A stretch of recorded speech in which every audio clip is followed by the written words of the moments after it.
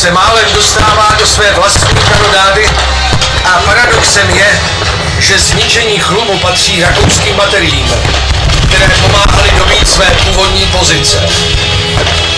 Benedek měl u Chlumu k dispozici jen prapor 52. pěšího pluku, kterému rozkázal útočit na již hořící Chlum. Mezitím se Chlum ještě více naplnil brušáky, kteří neváhali vrhat mezi útočící rakouské kolony své jezdce.